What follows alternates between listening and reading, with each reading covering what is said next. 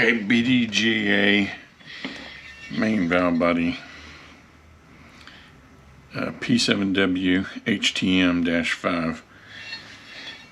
I would recommend that you put the Sonex end plug kits in this.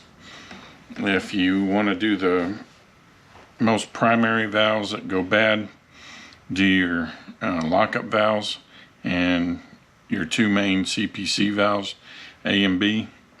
That's the main ones that you need to do. Personally, I do them all. There's only one you cannot change. And if you're going to do all of the end plugs, you can buy one kit, and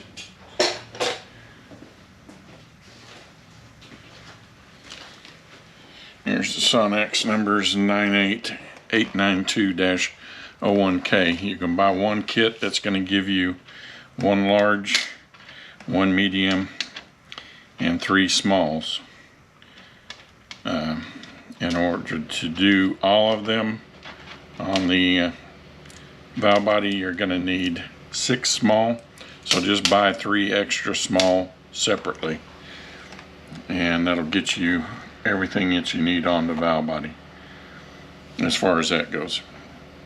On your valves, on your gears, you're going to want to put your gears in here, and you want to measure your clearances on the things.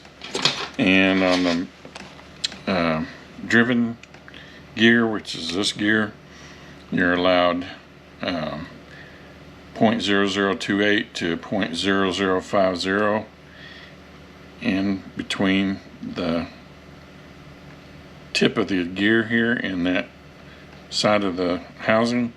On the drive gear, you're allowed 0.0083 to 0.00104 in here. Then you want to get a straight edge and go across here, and you're allowed 1 to 2 thousandths in clearance here on both gears.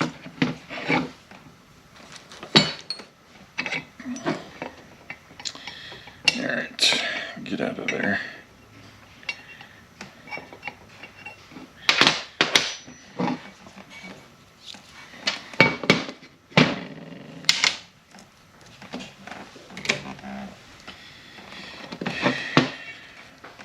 I have a spring here. Make sure it gets in the back of the valve. Make sure all your valves are moving nice and free in the entire length of the bore.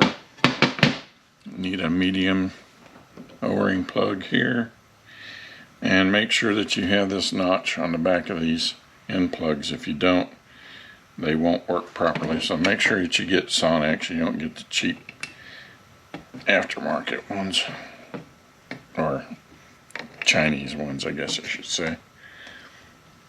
And in your clip, and once that's in there, make sure that the end plug is pushed all the way, that clip is pushed all the way up against the bore. If you don't, you can run the risk of that valve not stroking. Alright, we got the valve here, open in to the front, and a spring.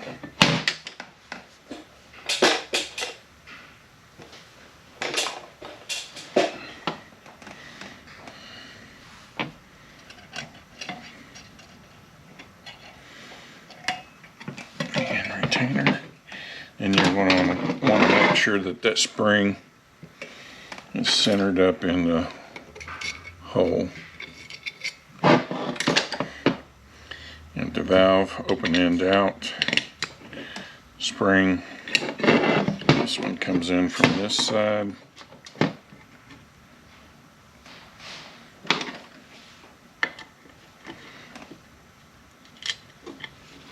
Same thing, you want to make sure the spring is centered. This valve goes in the bottom. Make sure we're all the way down.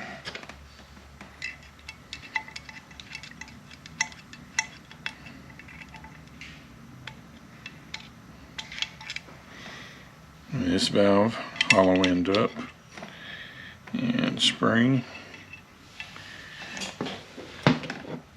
And then our retainer.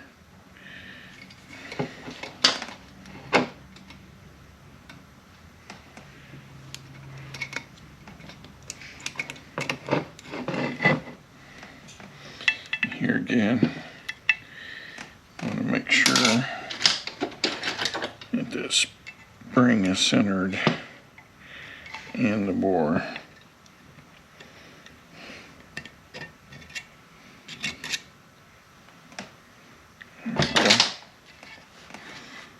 And it's a manual valve, goes in that hole. Hollow end up on the valve spring. Small end plug.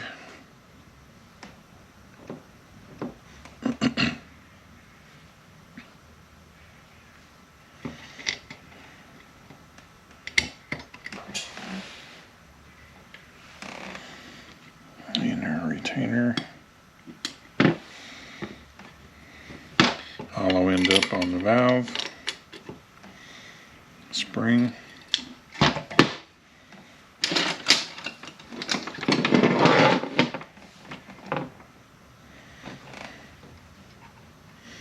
You don't need to take all these valves all the way out.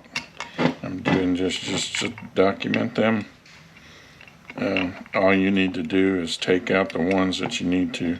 You don't even have to take them out as long as they stroke freely. Just pull your end plugs out and change them. Make sure your spring is centered.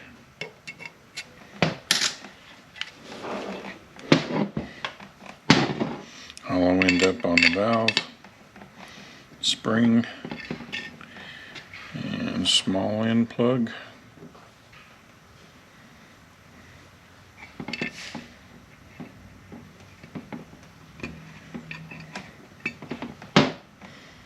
And our retainer.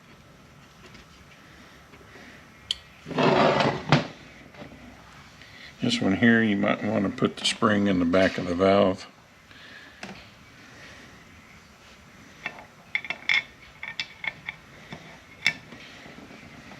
And then this sleeve goes around that valve. You want to make sure all this is super free.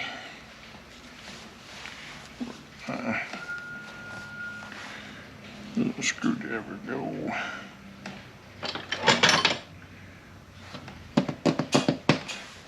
Over here.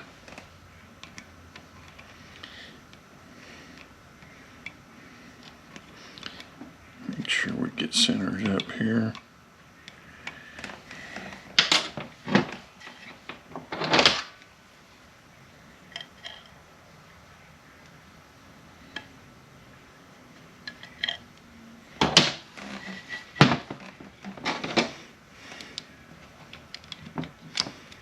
Alright, and a medium end plug here.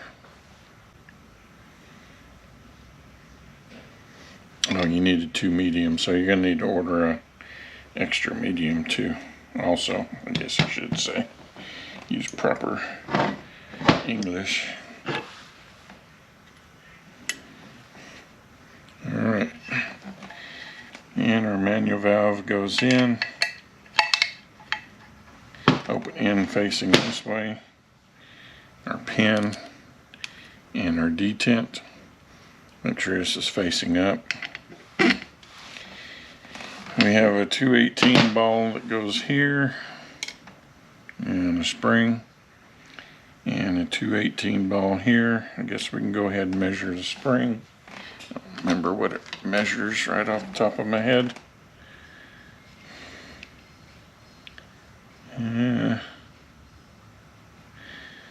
575, 222, 22. And might as well measure our bolts while we're here. We've got a 10 millimeter. It is inch 603. And then we have 312s that are inch 550. And we got 3 dowel pins that go up on will go into the bell housing side. And let's get the next section and we will continue on. accumulator body P7W12. There's a valve that is in here. There's two check balls, 218. There's no need to take this off, but I just did it for documentation. But that valve goes in with the stem facing down if it falls out. Usually it's in there so tight it's not going to come out, so don't try to take it out.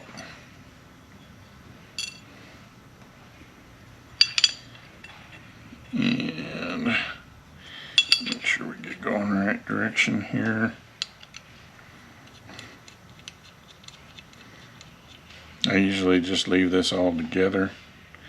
Just take the accumulators out to change the O-rings.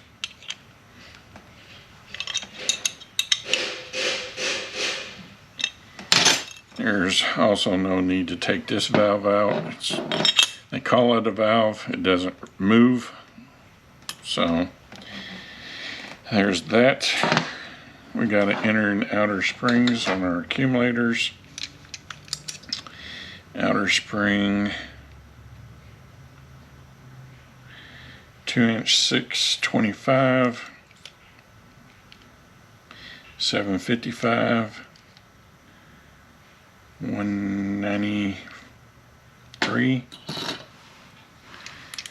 and inner one is inch 643, 500, 91. Alright, you have a couple packages of your accumulator O-rings. You want the larger one for this one. It goes on here.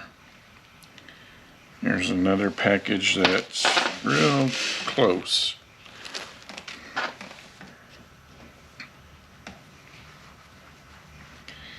The opening of your snap ring, you want away from that slot right there.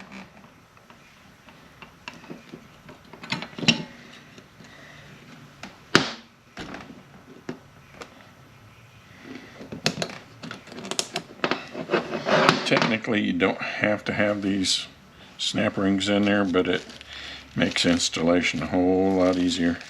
And you have a package that's got 3 O-rings in it and a single one. Single one is just slightly smaller. You want the package of 3. You want one of those here. And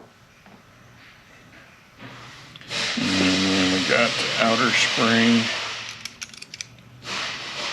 is 2-inch 250,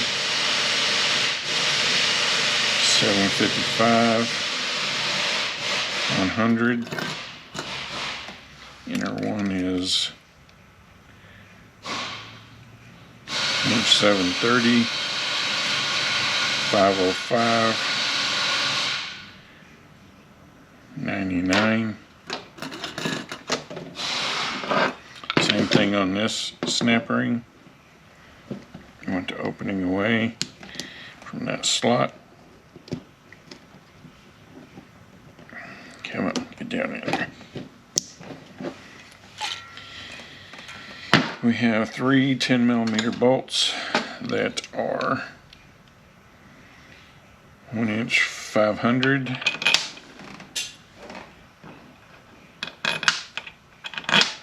we got 2 that are 2-inch 180 and 2 that are 2-inch 585. And we got a tube that is 391 and 2-inch 348. It's gonna go right there.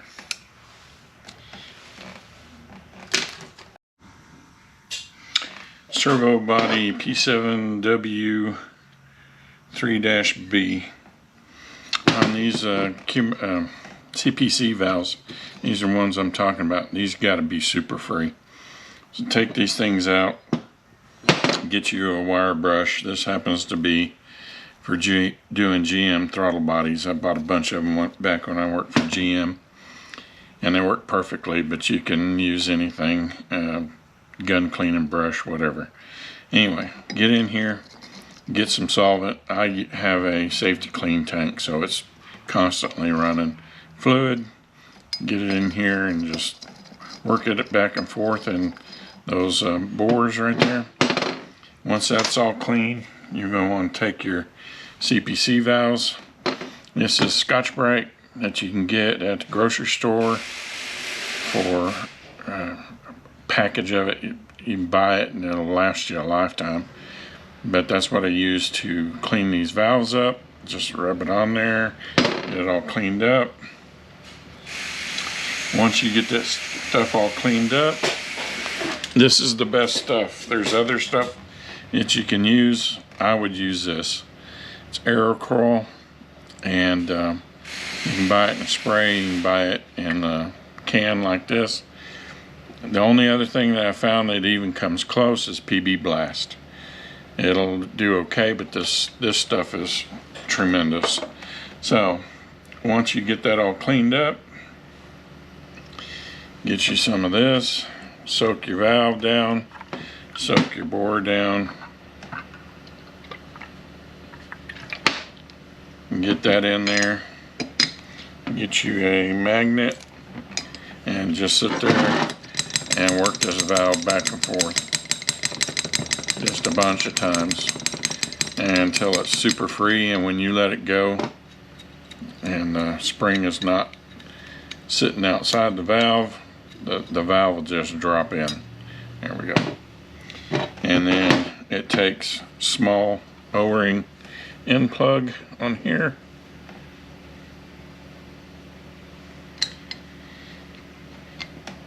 If you do nothing else, you got to get these two valves right here free. This is the cause of all your problems of where it doesn't shift properly. Guarantee it.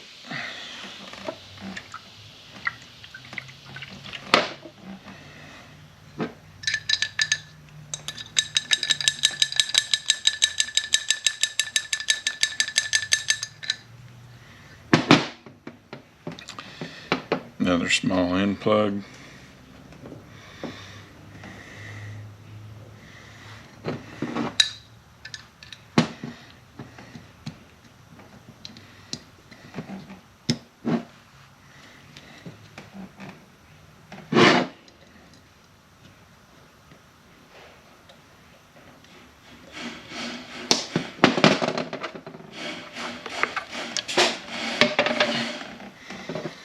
Valve with the hollow end out, spring, another small end plug,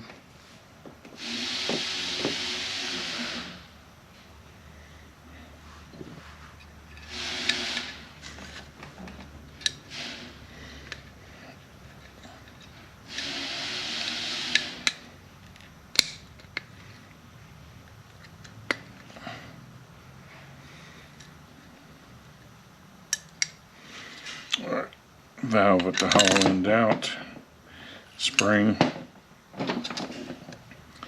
and our retainer.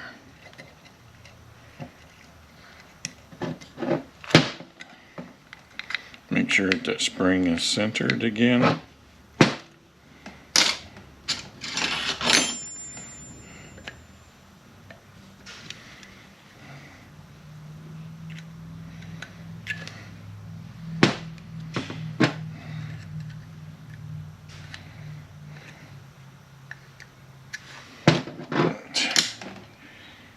Find something to get in there and push the spring.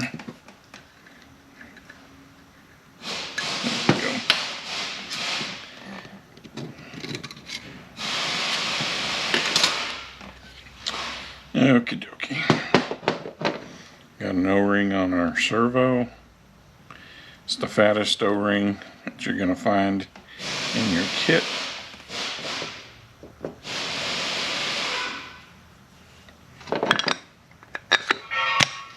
And when it's sitting in there, there's a recessed side to the threads.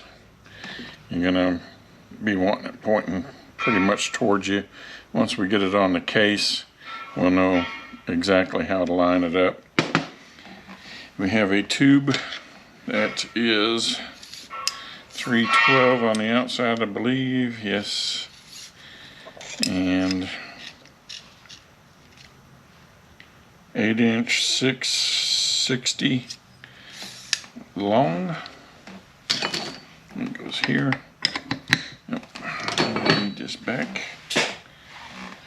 We have 4 bolts that are 2-inch 695, 10 millimeters.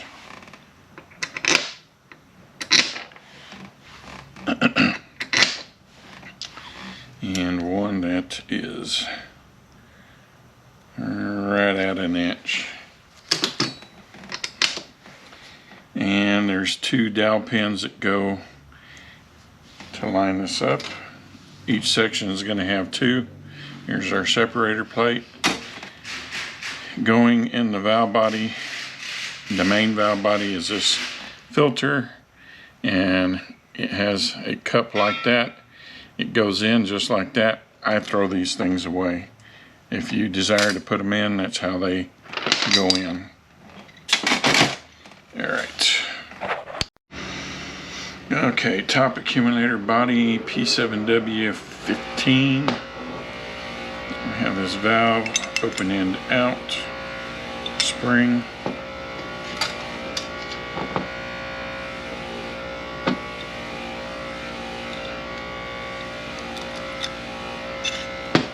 And retainer.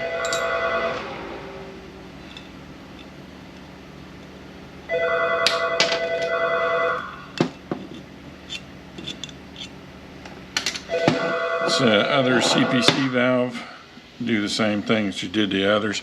This one here hardly ever stuck. It's the other 2 that are the problem. But go ahead and keep it nice and free also.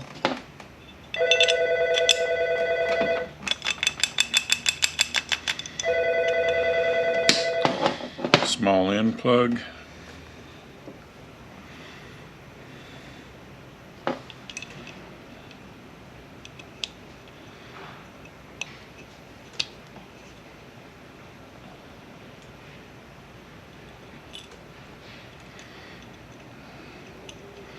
Okay, that other package of accumulator O-rings that were just slightly smaller, I'm going to go on this one.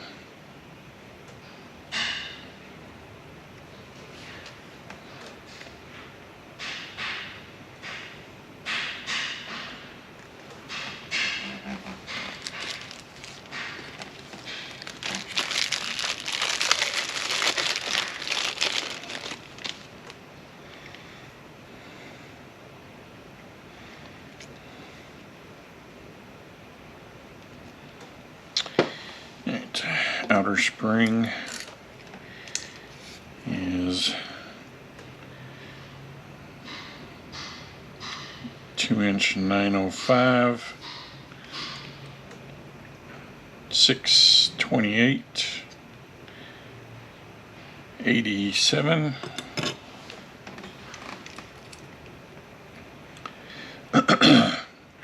1-inch 792, 396, 87.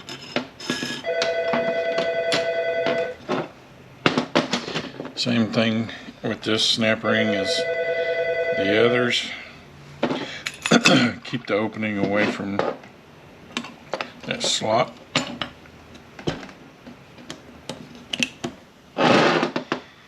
Alright, that package that we had, it had the single O-ring that was slightly smaller than that package of 3. It's going to go right here.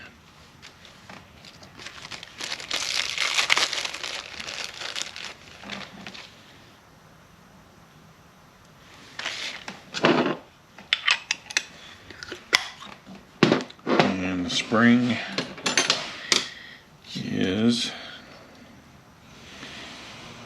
2-inch 250, 750, 140. That package of 3 O-rings, 1 goes here.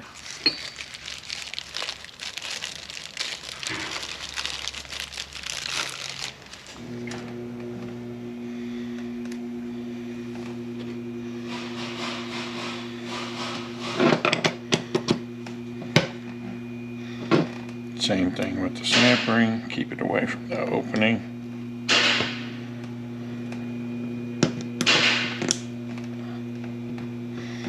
Alright, we got 2 dowel pins again for that level. Here's our separator plate for that. We have, let's go ahead and do the bolts first. The longest one, 6-inch 120. The next longest one, 4-inch 155. The shortest one, 1-inch 897. And I think that one went there. May get this mixed up, so we'll get this when we get on the case. 2.180, I believe goes there. Maybe all wrong here. 3.758, and this one should be the same. And then this one, 3.36. We have 2 tubes, 312 on the outside, 2-inch 440. They go there. And we have 2 tubes, 312 on the outside, and they are 7-inch 110. And they go there.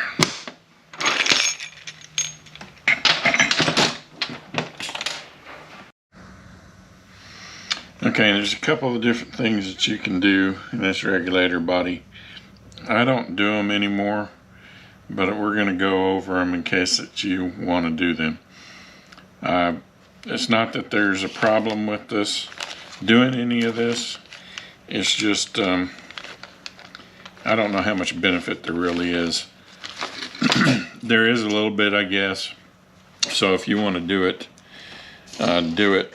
I just put a radiator and a cooler on every one of these, and it'll do the same thing. And you're going to have to end up doing that anyway if you want it to stay out there. Doing this alone is not going to cure the problem, but it's not going to hurt either. Sonex makes a kit, or actually a valve. This is the valve that you can put in there. Transgo makes a kit. They just have you drill this body out, which does the same thing that this drilled out valve does. And then they give you a spring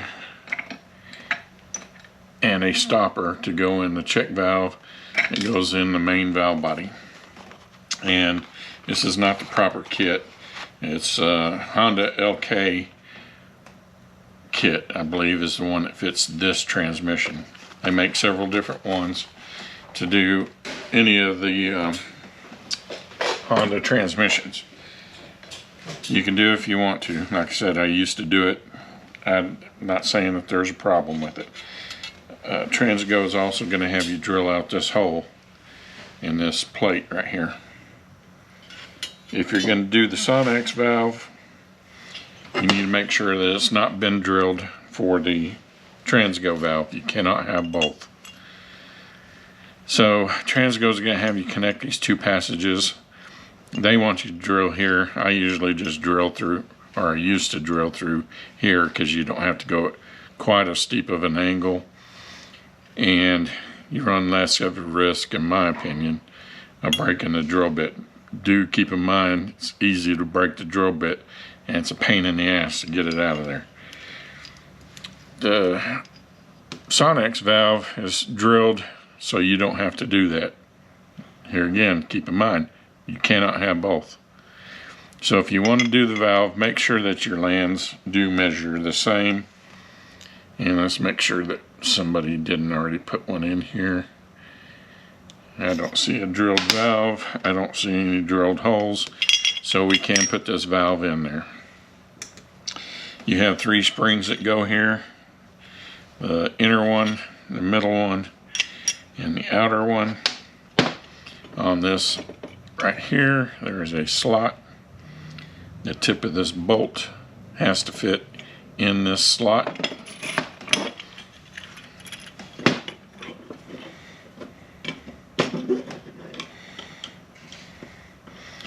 Do not use an impact on this until you are absolutely positive that it's where it needs to be. You want to make sure that it is lined up. Do not even put a wrench on it until you're absolutely sure that it is where it needs to be. You will screw it up. Okay, once it's all together, do make sure that you can move the valve or the plunger in and out. Hollow end of the valve out. Spring. This is the end plug you cannot change. It has the tip on it. Make sure the spring gets around that tip.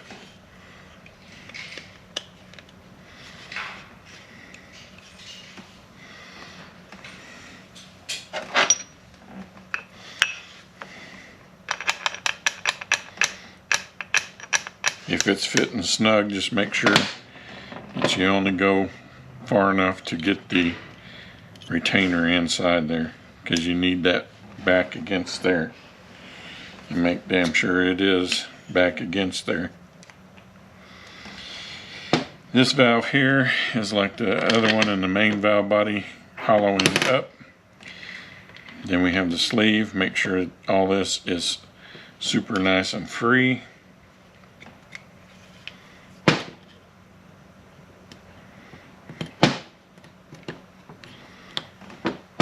Spring. This is the large end plug. It does not have an O-ring on it. These usually fit pretty tight, and if this does not want to come out like this one did not, I don't try to make them come out, and I don't change it. So here again, you want to make sure that you get just far enough to get the retainer in there. And like I say, these usually fit pretty tight. So you don't want to go too far, because you may not be able to get it to go back.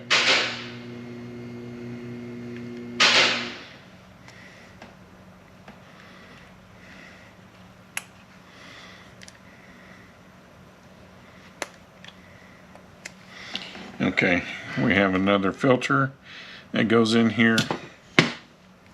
Here again, I just throw it away. And see if we can straighten it out a little bit. You have that side and you have that side. It fits in there just like that. Like I said, I throw it away. There are 2 dowel pins for that. Our separator plate for that. And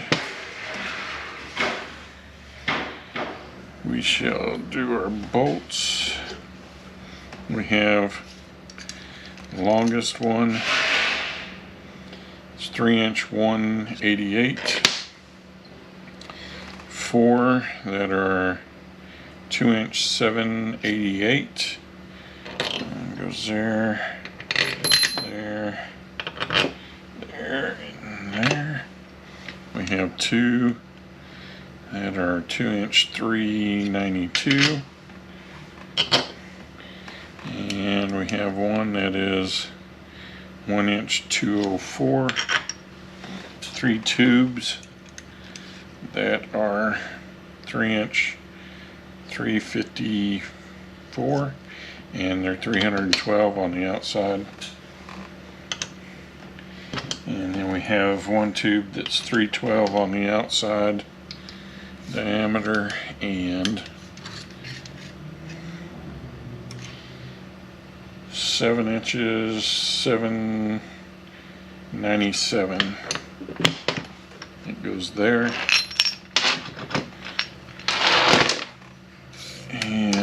we got 2 bolts on our reverse detent. They are the only black bolts that are in there. 4-inch 937, and they go on that. Then we have our 2 filter bolts. One is 4-inch 558, and the other is 3-inch 964. Okay, the pin for our stator is 3-inch 145 long and 310 on the outside. On our O-ring here, if you get the Transtech kit,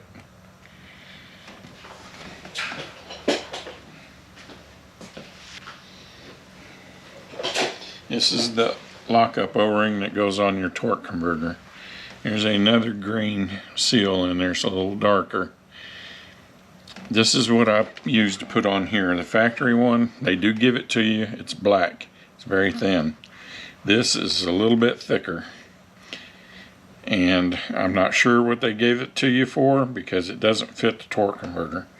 But it fits nicely here. It's a little bit snug.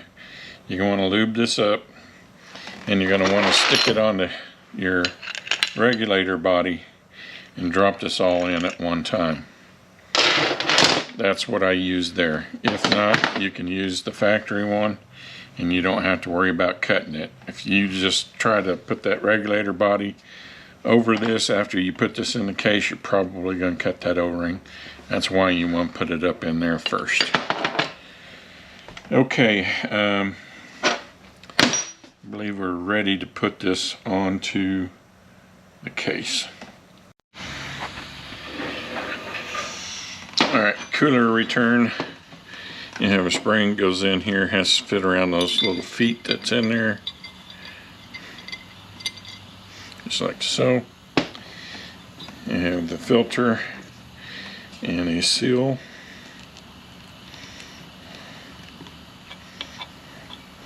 This side faces down. This side has a seal right there. You have an O-ring here.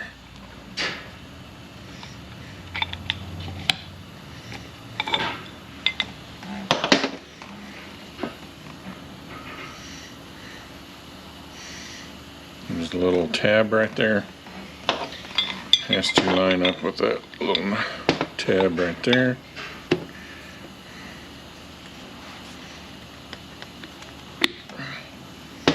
There you got 3 10mm bolts. They're 1 inch long.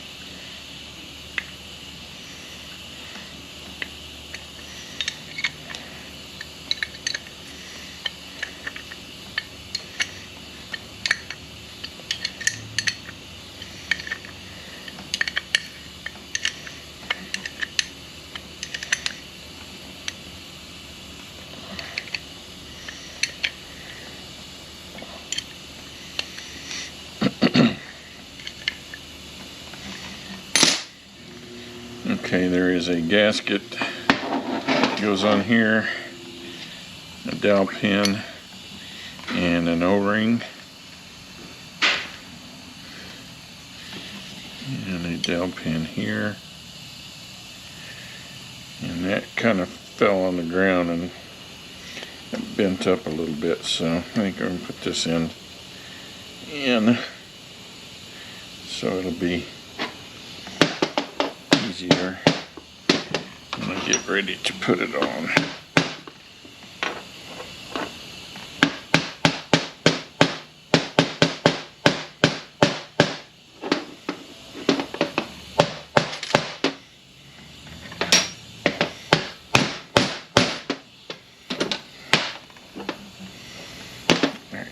gasket goes on here, and we'll put this on later. We got 3 10mm bolts. The short ones go here. They're 1 inch long. Forget how long this one is, inch 3 something. And it goes right there. We have a bracket with 2 12mm bolts. We put that on at the same time we put that on. Alright, let me get the center case up here. Let's see if we can get a good view of this.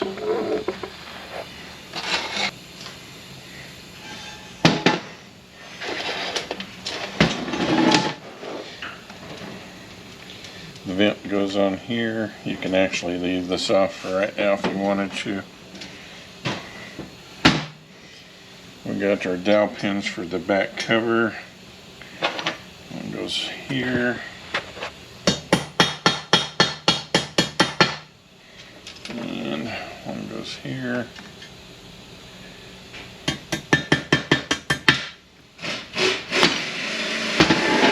Just like so. We have our fill plug and washer. Just going to leave this loose because they will be filling it up there. And see our drain plug and washer.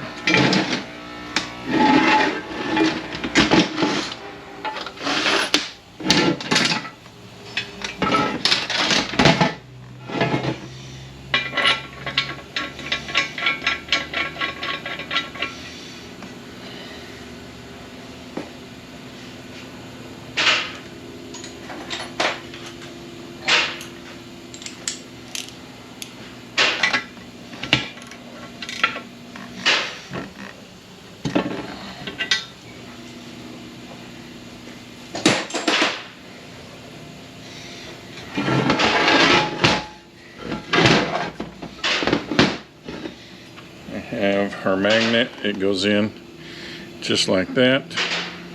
Right there. We have our shim. This is selective to set the preload on the diff, oil slinger, and our race. I'm going to leave that out because I got to do the diff pictures. This in. The race goes with the lip this way, right there.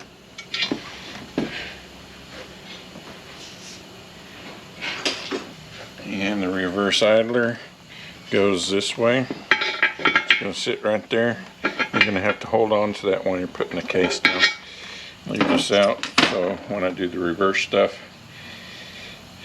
I can take pictures of that. Okay, our bearings. If your bearings are loose inside of here, better to check it with the shafts on it, and you can see how much play you have. They do sleeve these cases, so you can get a case that's already done.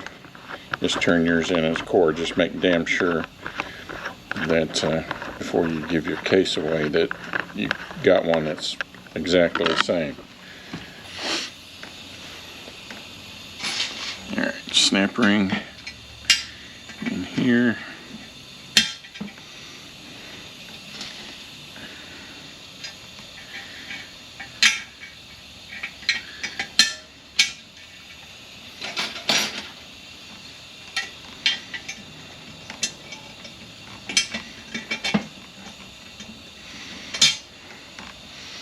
Okay, this bearing goes with the snap ring groove down. This bearing goes with the snap ring groove up. And this bearing is in the center, so it does not matter. So you just spread your snap ring out and just tap your bearings in. That helps to move them up just a little bit.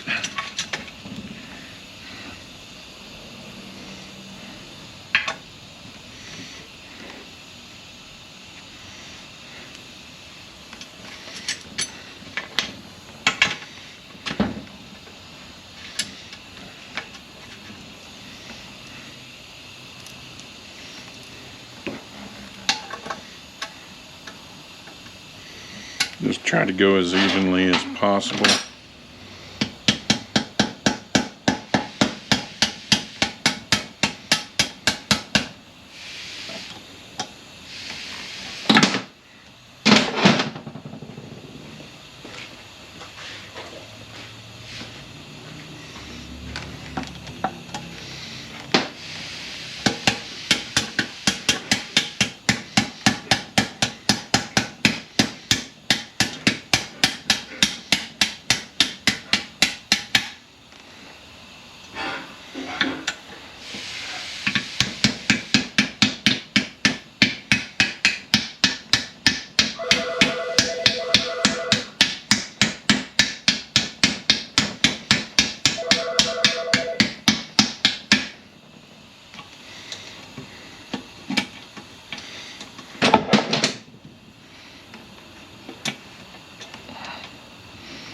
All right now.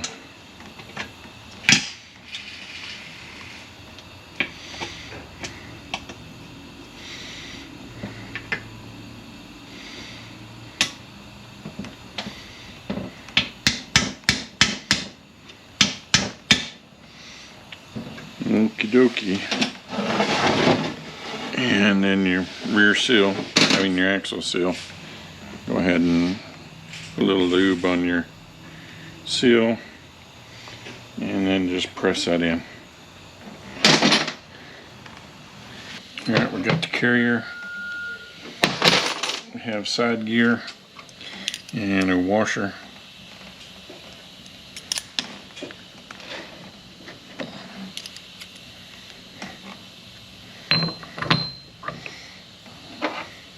Spider gears and washers.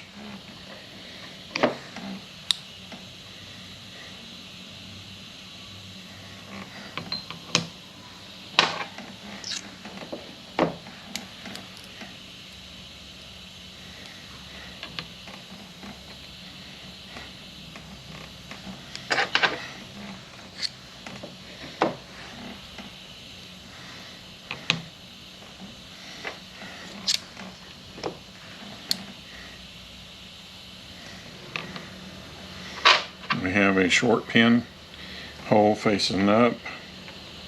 Actually, we need to put our spacer in here.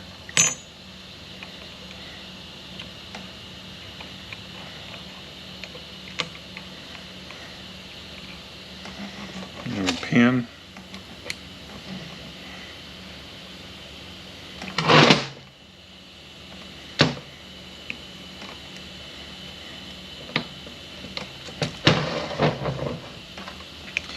You have a short pin over here. Line the hole up again. There's really no need to take all this apart. Another pin here.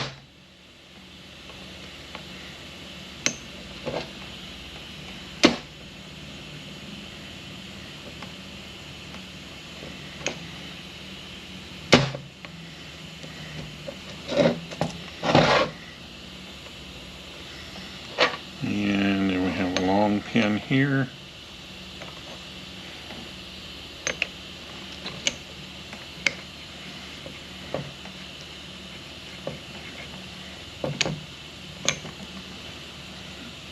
Make sure that the hole's facing this side.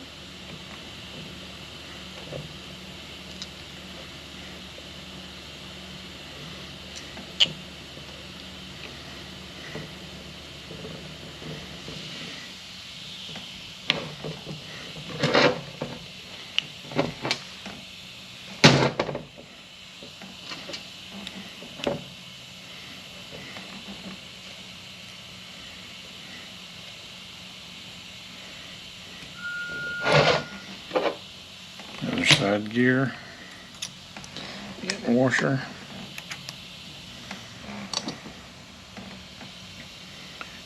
Our carrier top, cover, whatever you want to call it.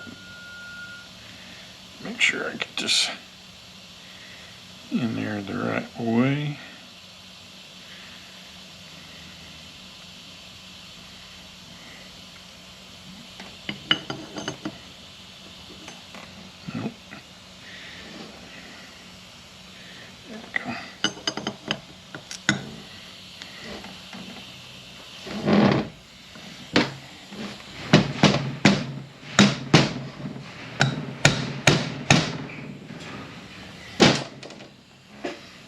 Phillips head screws.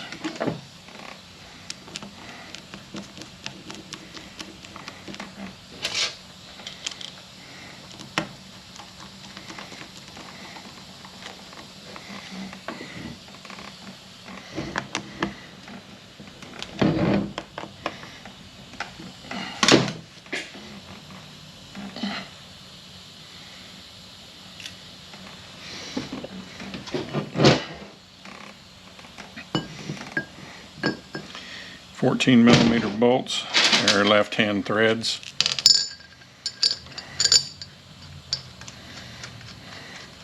And I'll have to get you the torque specs on that.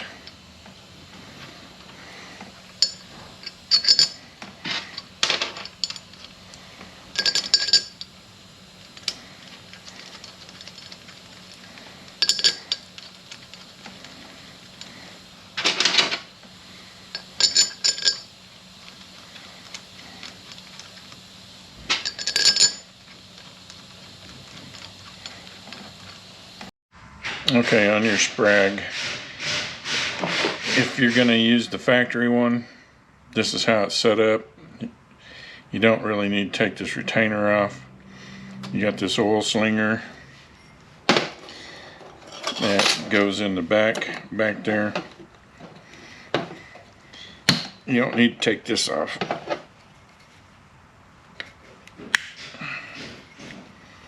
Okay. This oil slinger goes in, the lip goes up on your sprag assembly. The oil slinger here goes this side down, this side up, and then the bearing goes with this lip facing down. You're going to press that down till you can get your snap ring in, and your race will come in the back side. And you press your hub on the top. If you're going to use the 700 forward sprag early style, you're going to leave these two races out. Just throw that away. Here's the number from WIT for this sprag. You're still going to put the lip facing up. You're going to leave this oil slinger out.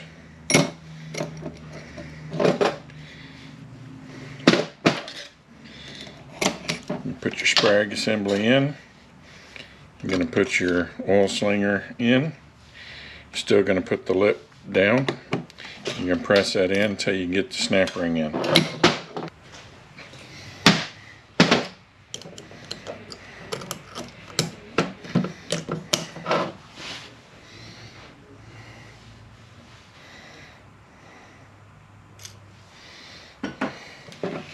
Alright, put your sprag race in.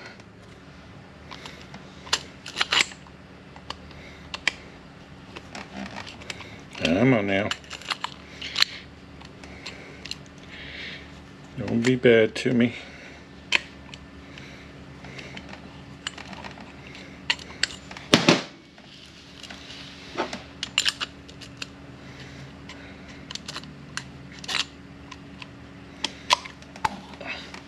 Just like so. Turning clockwise, locking counterclockwise. And press your hub in the front. Okay, do make sure that when you get this in there and you take your gear or your race and you spin it, that it does stop very quickly. It don't just sit there and spin like it did when we took it apart.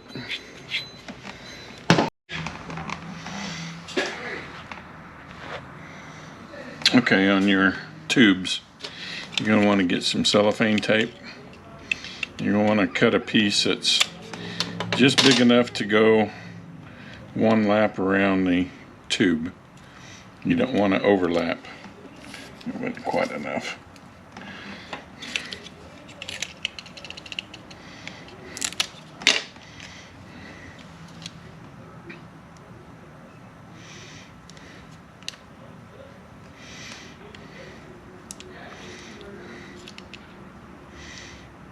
All right, it's a little much. So we'll just trim a little bit off of it.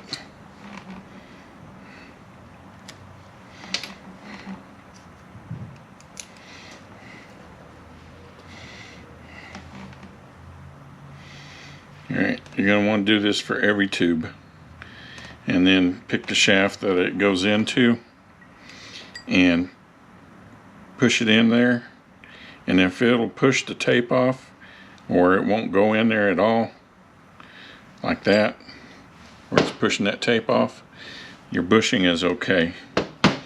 If it's will go in there without doing that, you're going to need to replace that bushing. And there is a kit, it's kind of hard to find. I got mine off of eBay,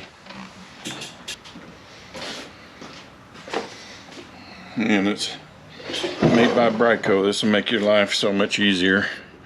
Part number is 28999, and it will do damn near every Honda that is out there, and it'll tell you what bushing kit that you need for the particular unit that you got.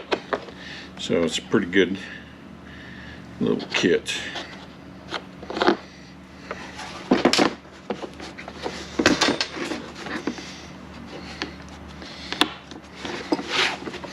Alright, after you do all that, in that kit that we had 3 O-rings that were the same, you're going to have an O-ring here for this accumulator.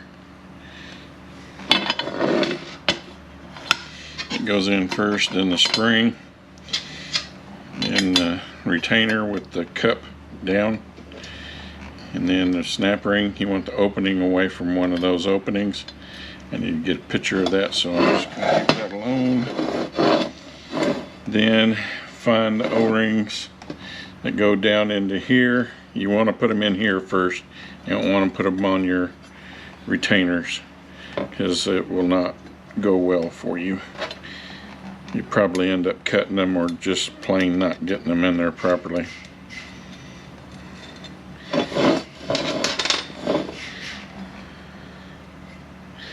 And that's the wrong one. This one down here. And if you get one like this one here, is normally will just fall in there, will not fit out against the sides very well. You just take it and tweak it until you can get it to where it's about the same size as the hole down there, and it'll work just fine. And you're going to want to put the O-ring on here that fits the one that you need, and make sure that when you put that in there that it goes up flush, it doesn't pooch out.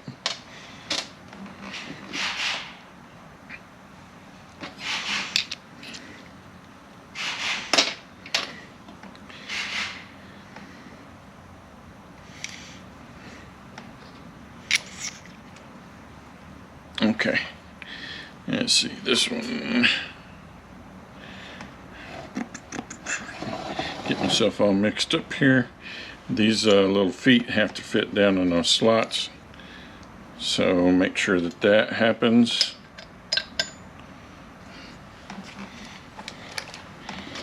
And then you want your short end of the taper of your snap ring up.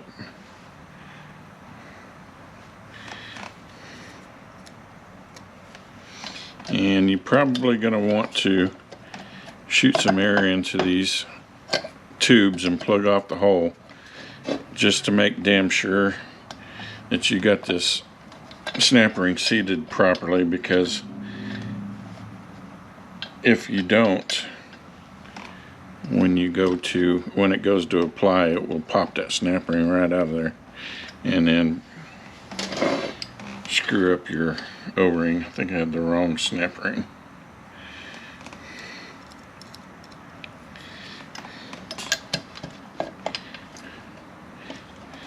Well, why are we not fit properly? Let's go ahead and do this other one. We'll figure out. Oh, I know why. You got the wrong one in the wrong spot, dummy. This one goes here. This one.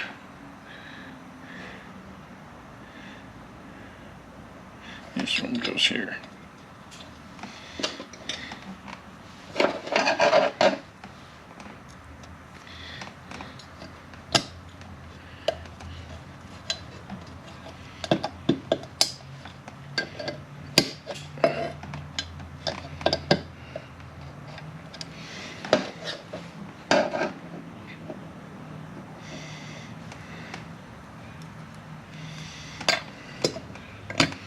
And if you have an opening here, you want the opening of your snap ring away from that.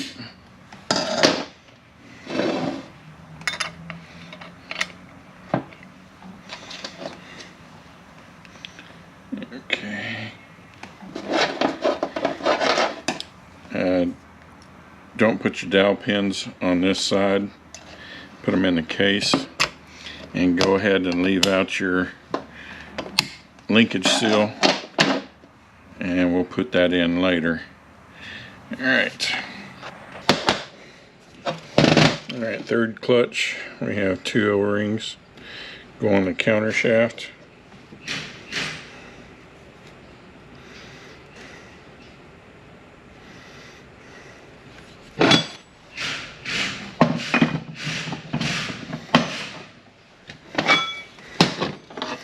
I have an O-ring here and here. You're going to want to make sure that this flapper valve does not have any debris in it. When it's in its natural position, it will hold fluid. Then you're going to want to make sure when you push on it, where's my scribe? When you push on it, that the fluid does go out. I have only seen it happen one time, but it does happen that they're not good. Usually they're just fine, so don't fret about it too much. Lube all that up.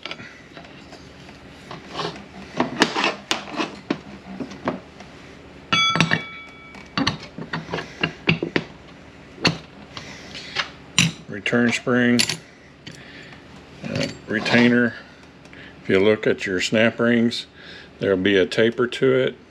It's going this way. You want the short end facing up, not down like that. You want it up. You're going to put it away from these little slots right here. Okay, then we got our cushion plate. You want the dish up this way. And usually, well, they gave me the wrong steels, I believe. Or maybe I just grabbed the wrong ones.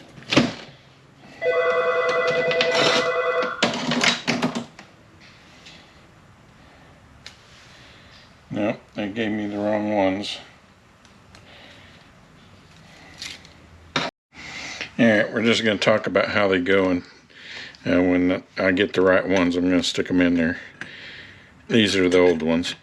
So you got the cushion plate, dish up, and then your steels, and then you're just going to alternate clutches and steels till you get up to the top, and then the pressure plate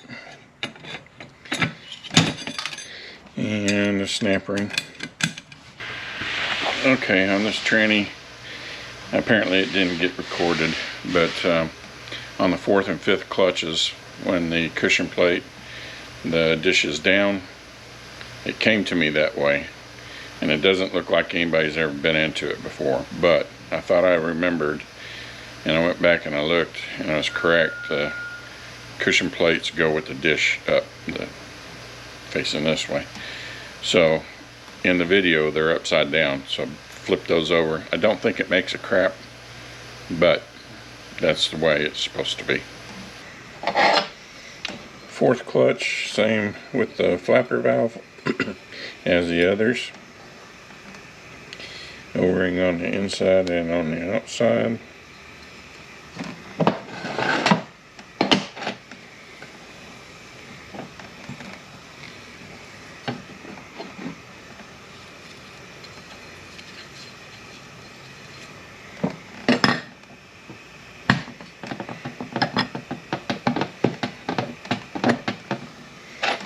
Return spring, retainer, short end of the taper up. Keep it away from the notches in there again. Alright, cushion plate with the dish down. Alternate steels and clutches.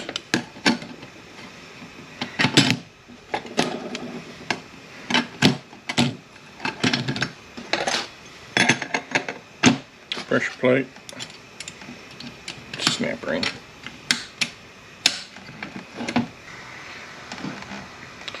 Alright, 5th clutch, same thing with your flapper valve. O-ring on the inside and outside.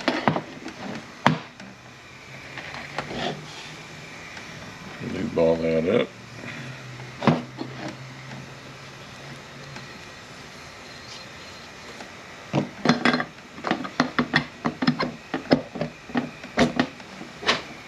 Turn spring, retainer, short end of the taper up, away from the little notches again. Alright, cushion plate, dish down, alternate steels and clutches.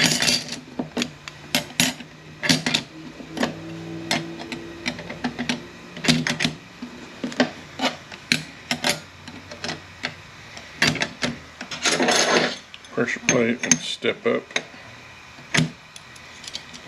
and snap ring.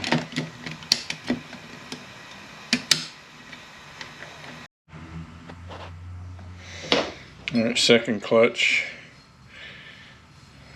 O-ring on the outside, O-ring on the inside, same with the flapper valve that's on this.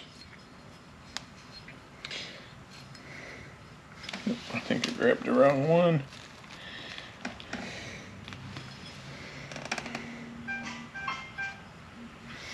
Nope, that's the wrong one.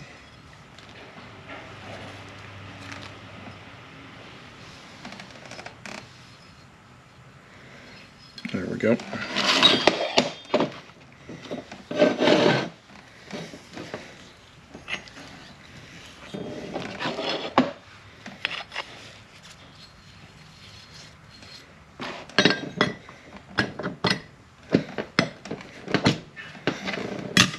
Turn spring, retainer, same way with their snap ring, short end of the taper up.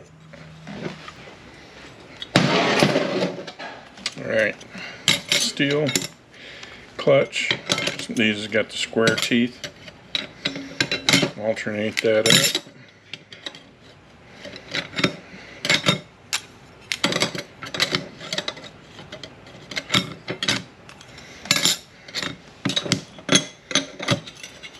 Snap ring on top. Alright, low and low hold. You want to do the same thing with this flapper valve. So you're done with the others. O-ring out here. 2 O-rings here. Front one is just ever so slightly smaller than the rear one. So make sure that you get the right one in the right spot.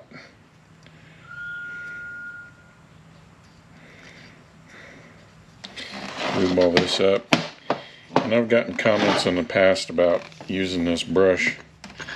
I really don't have a problem with it. I've been using this brush for at least 20 years. Every once in a great while I'll lose a bristle, but you just pay attention and you pull a bristle off. It ain't no big deal. So put your piston in, lube that up. Got another O-ring. Make sure your steel ball is loose and rattling. O-ring in here.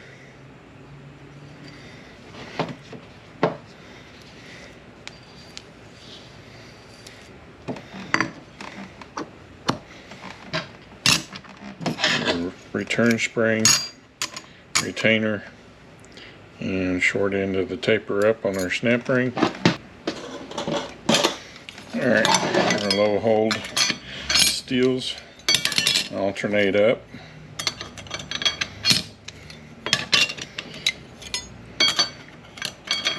You can check your clearance now. If it does not come out correctly, then you've done something wrong, because there is no adjustment for it. And then you got your cushion plate.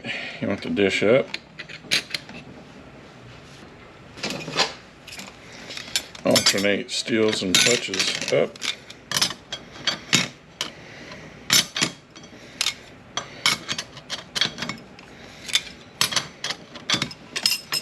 No, I don't soak my clutches. I get comments on that all the time too.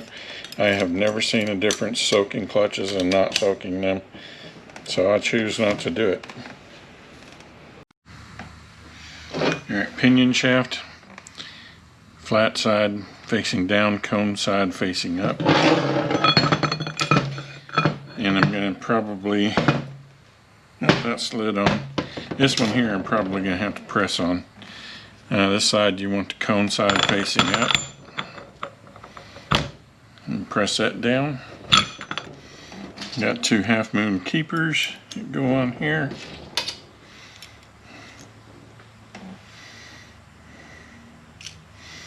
Recess side of the spacer facing down.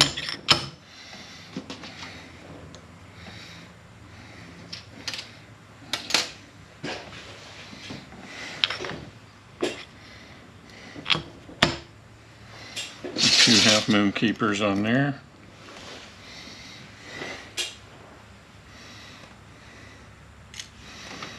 The recess side facing down, the bevel side facing up. And the snap ring goes on there. There's no need to take any of this apart either.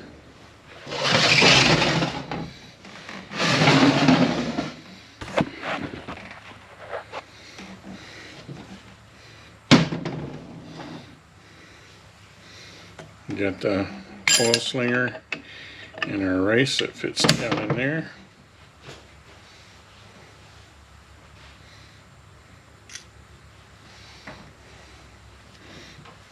Then our diff. And it fits on there. And it probably is going to rub because it's got to be, not only is it going to come up some, but it's not going to be very stable until you get the case half on. Okay. Hopefully we're recording this time. It's acting weird. Secondary shaft, we have 4 O-rings and go on here.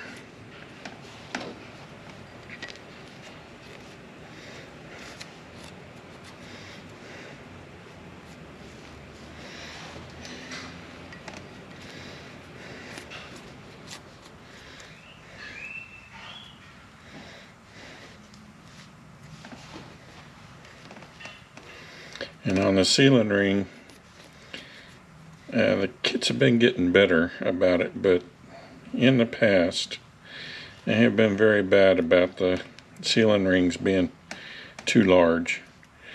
I have never had any problems reusing them. If when you go, and you need to be very careful when you take these off too, in case you need to reuse them. So just open them up just enough to get them off and get them on, because you can break them and never even know it, and they will not seal properly. If you can get the new ones, these seem to are probably pretty good because they're together. If you get them and they're sitting out like this, the odds are they are not going to fit properly, and when you go to stick them into the case, you're going to break them.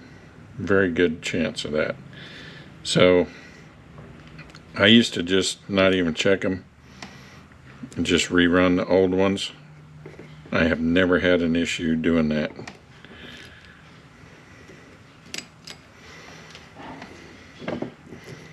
So if you want to reuse the old ones, don't hesitate to do it.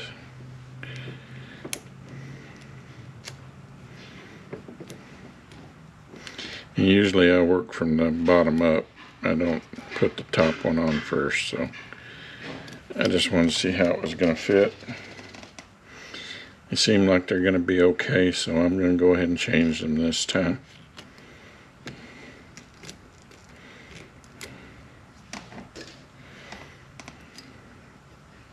And when you get them together, they go together just like that.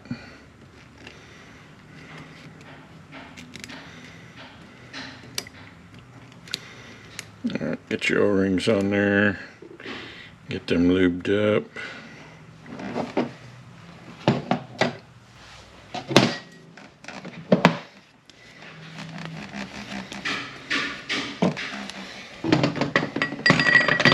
shaft goes in. Make sure it's all the way down. Got the flat bearing.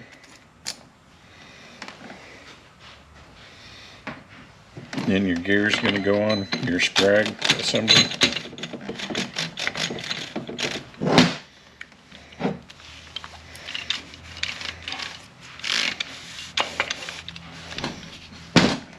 Alright, then your two caged bearings.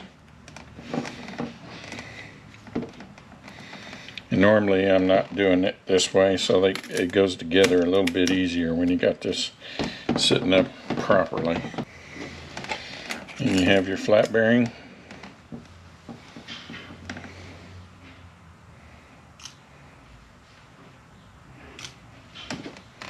Race with the bevel side facing in.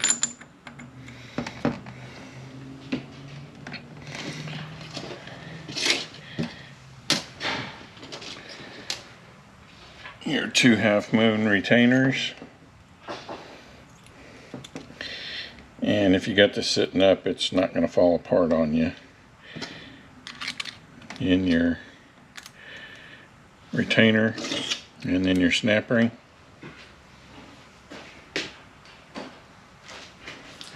I have a pair of snap ring pliers like so. Short end of the taper up.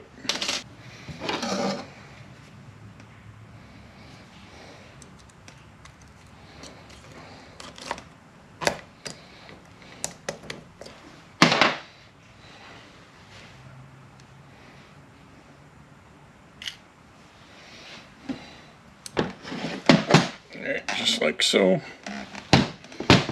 And on this side, we got our race splines on. This is how you set the end play on this. So if you go to the Patreon side, all that information is going to be there. Got your flat bearing and your two cage bearings. Second gear, which I'm going to have to take back off so I can get my clutches in there, and your bearing.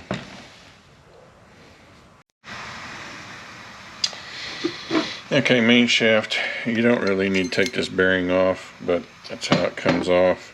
Just a snap ring that holds it in. I've never seen one of these bad. Short end of the taper up. Again, of course.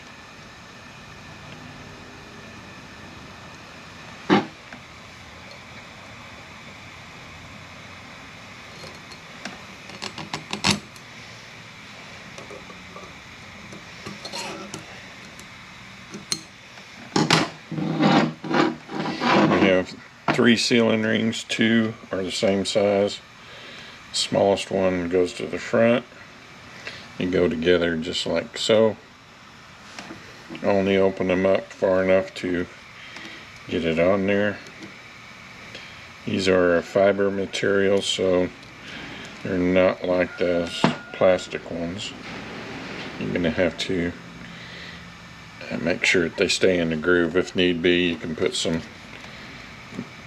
grease in there to hold that in there. I get asked all the time about this assembly gel.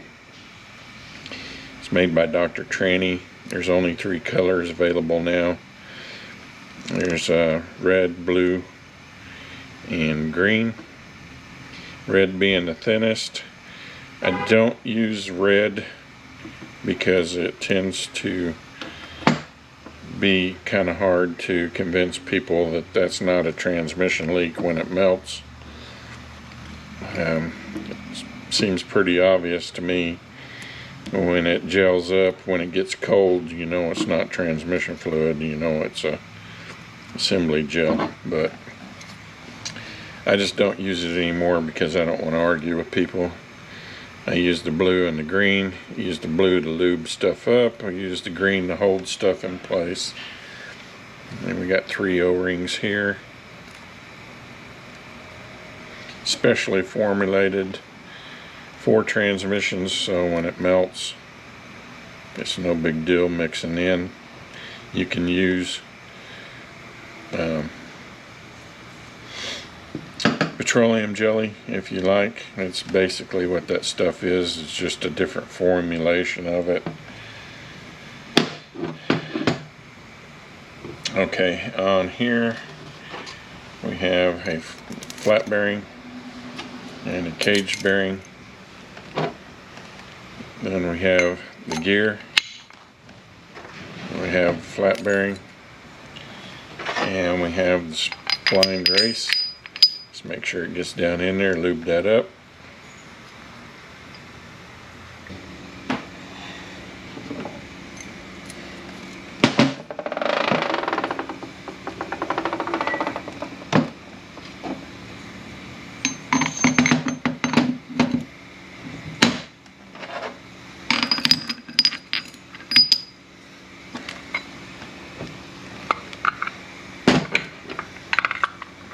Put your drum on.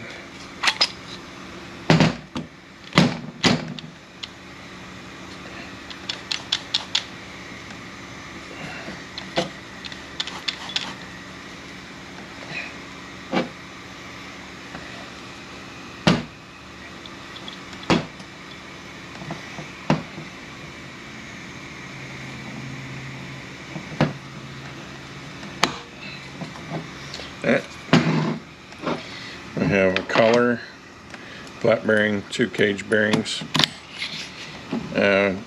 If you haven't changed anything, nothing should change, but there is a clearance measurement on these shafts, and this one here, you're allowed 3 to 6 thousandths.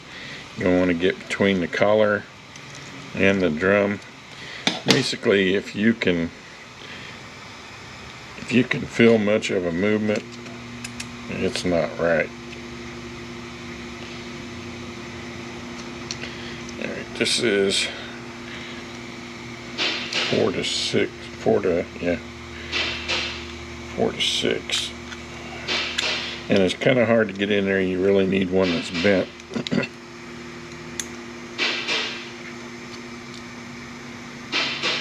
Like I said, if you didn't change anything, nothing should have changed. Then we have the gear.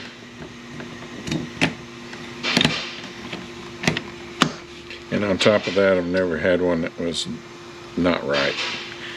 You got the bearing here, and you got the race that goes on here. Now, you can use this race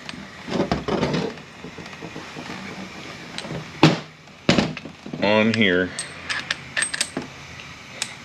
to make sure that it doesn't move, and then your measurement from here is 1 to 3 thousandths between them keepers and this gear.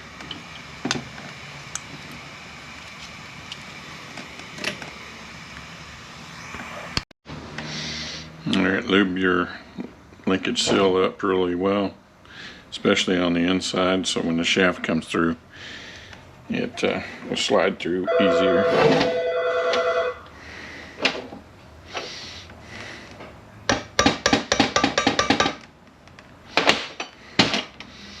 You have a bearing here. Sonex makes a shim for that bearing to put on your torque converter. It keeps it pushed back. I don't buy the bearing. I just make sure it's all the way down, and then I stake it in place. So you can do either way you want to do it.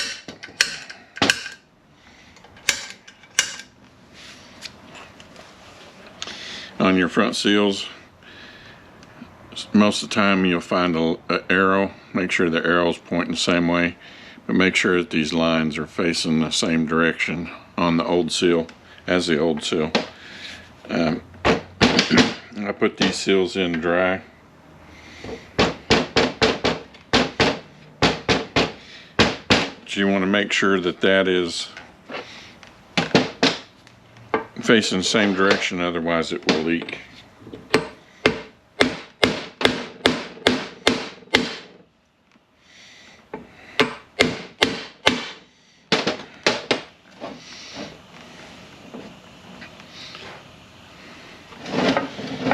Axle seal here.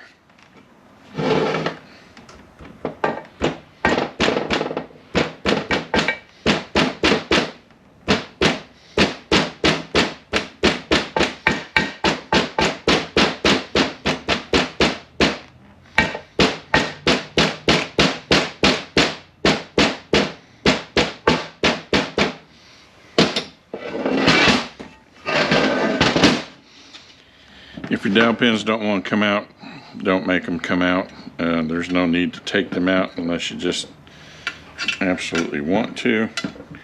Do make sure that they're not all rusted up. Oop, wrong spot. That's for a different unit. And make sure that there's no grooves on them. Let's see, our oil slinger and our race for our diff, but I'm going to leave that out so I can do the diff stuff. We got an oil slinger here that faces up. The recess of the bearing faces up, and then you got an oil slinger here and bearing for that. Just make sure they're down all the way. Alright, hopefully we can get this done before the battery dies. I think I forgot to take the lens cap off, so I'm redoing this. Got the drive gear, driven gear, pivot pin. Line goes down on the driven gear. Dowel pin there, there, and there on your linkage. This is the way I do it. You can do it however you want. Loop your linkage into there.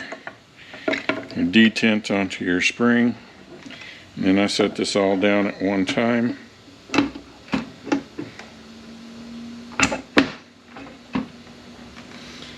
And we have our accumulator body.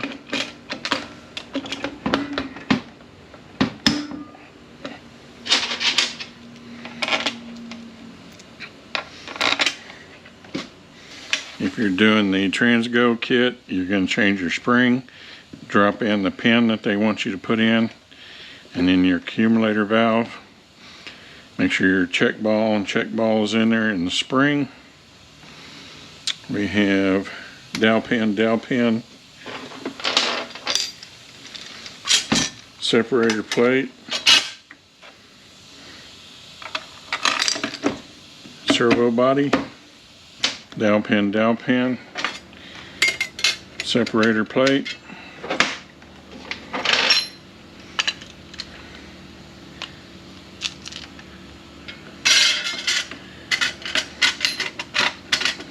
regulator body,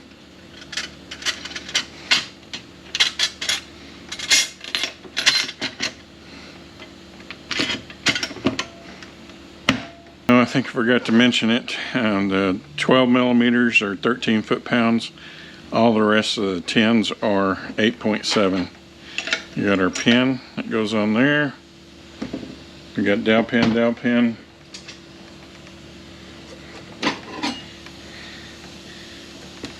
separator plate,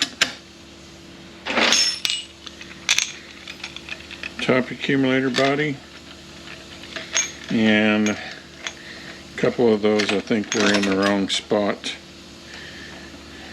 So we'll remeasure. The longest one goes here, second to the longest one here.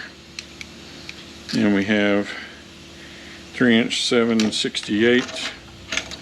Should be the same. And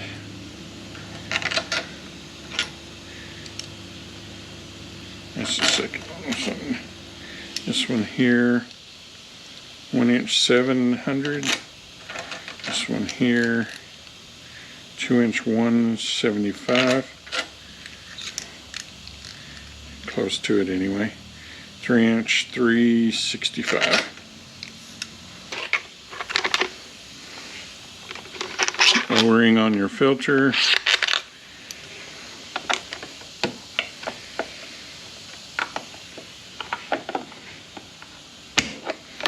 Long filter bolt over here.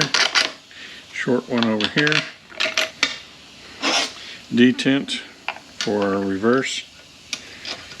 It goes right there.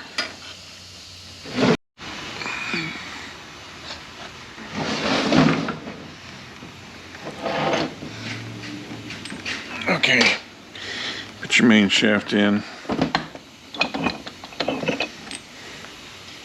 Put your counter shaft in.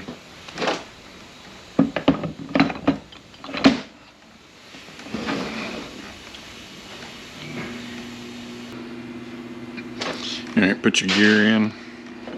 Make sure we're getting a good view of this. Your caged bearing.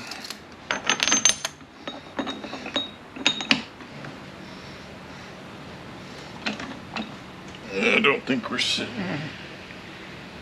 quite all the way down.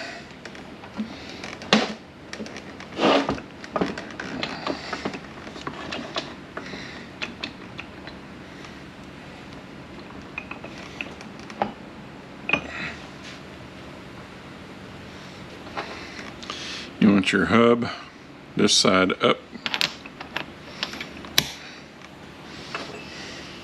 You want your fork this side down. Your slider this side up.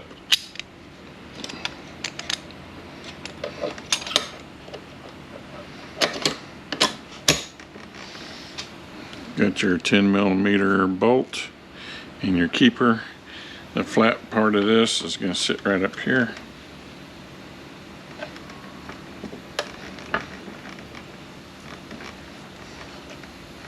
Yeah, man.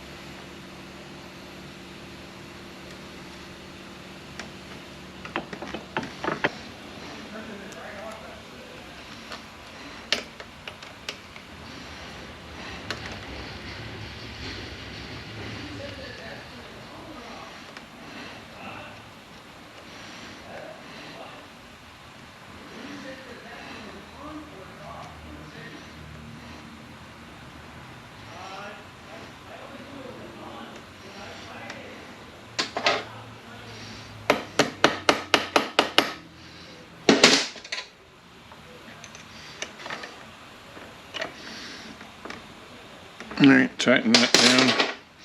Bend one of them locking tabs over.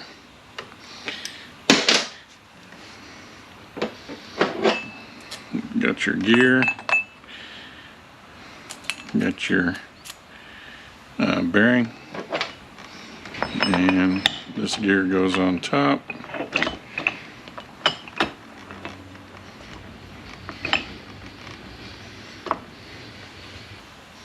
Alright, put your case gasket on.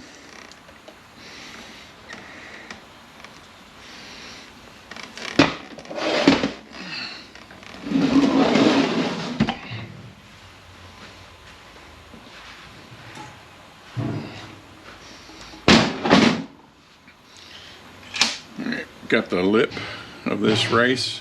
It's going to face up in.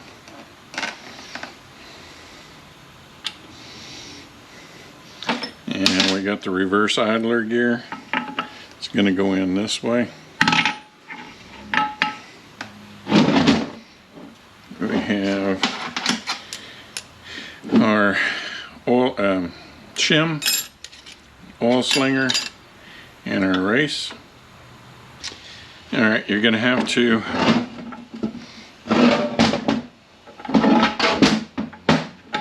hold this gear over as you're going down. One thing I did forget to mention is you need your linkage in low gear.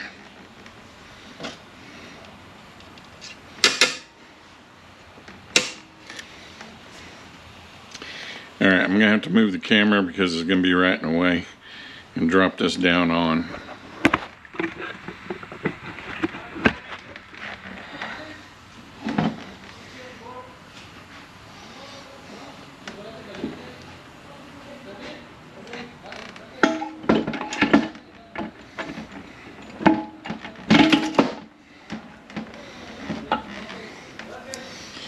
Line up your tubes.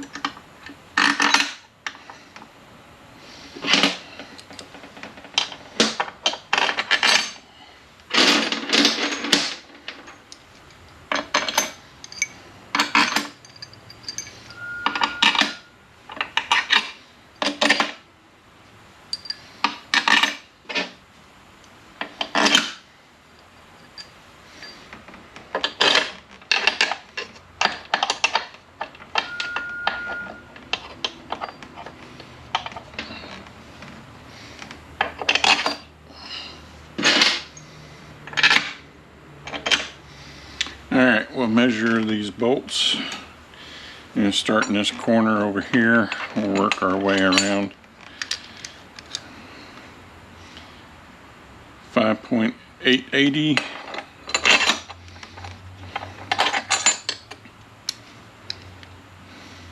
5.087.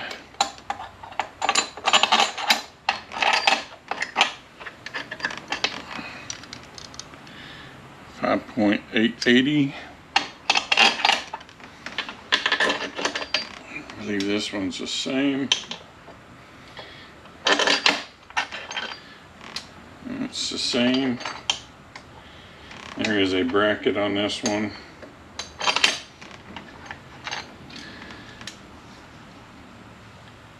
3.700. 2.920. Same. Same. Same.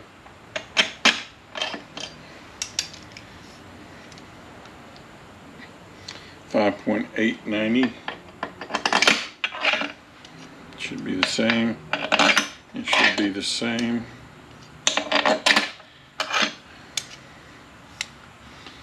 5.085. It should be the same.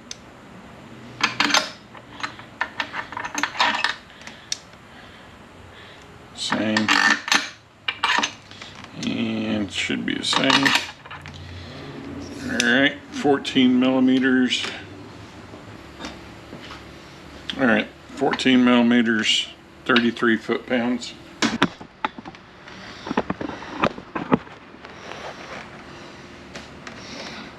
Alright, push your gear back over. Put your pin in with the step up. Your two bearings. Your race. Housing. 212 millimeters, 22 foot-pounds.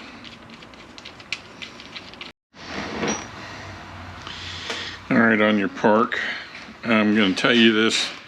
You don't really need to know it technically, because if you haven't changed anything, nothing's going to change. There is a measurement from the center line of here to the tip of that, and then from the center line of here to the tip of that.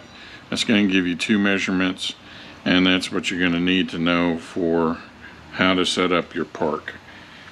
It's already been set up for you, so you shouldn't have any problems unless you are going and changing stuff, which there's really no need to unless somebody's lost it. This goes in this way, and the spring is going to be on the back side here. If somebody has lost it, this will help get you where you need to be, I guess. I didn't say it before. I mean, it's no big deal. Just tighten it down by hand. It's 10 foot-pounds is what it calls for, but it ain't that critical.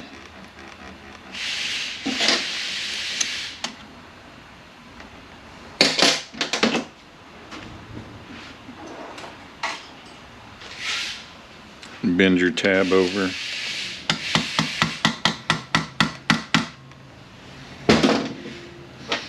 This pin goes with this side up. This spring goes with the hook inside of here. When you get to this, I'm going to leave this off for right now because it's easier, but the spring goes in that hole right there, and your stop goes right there. And then when you get all this together and you put this in park, there is a measurement from here, center line of there to the center line of there, and that's going to determine what stop that you need inside there. Let's see if I'm make sure I'm all the way up. Yeah, I think I am. If you want all those measurements, that'll be on the Patreon side.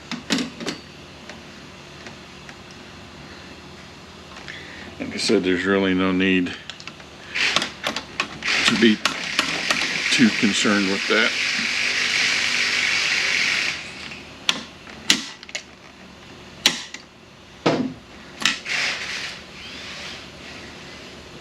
Alright, see if we can get this done in between them using that air hammer out there.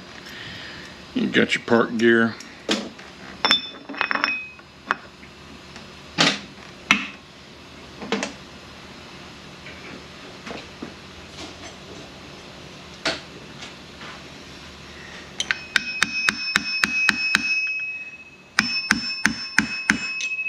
See if I can keep from hitting the camera.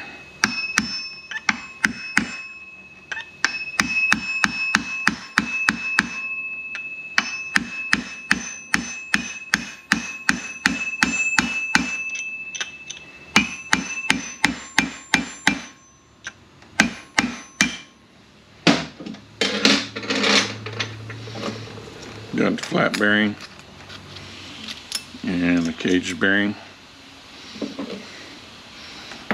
This gear goes on over here.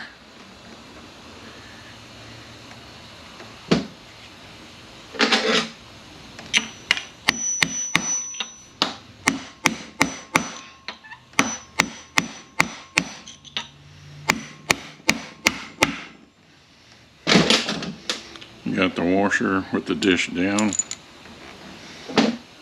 This bearing, this gear over here.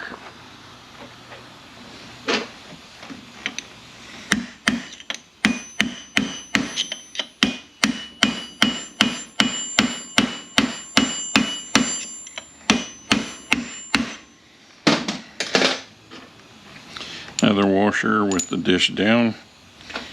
On your nuts, the two of them will have an arrow, one will not. The one that does not have a arrow is right-handed, goes here. The other two are left-handed, they go on here.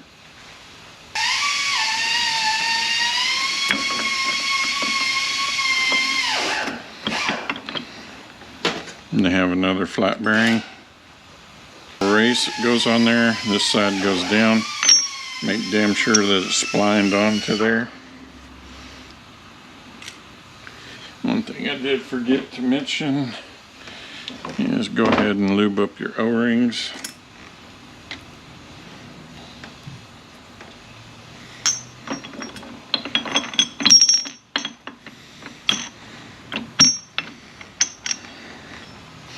Alright, if you're going to screw up, this is usually where it's at.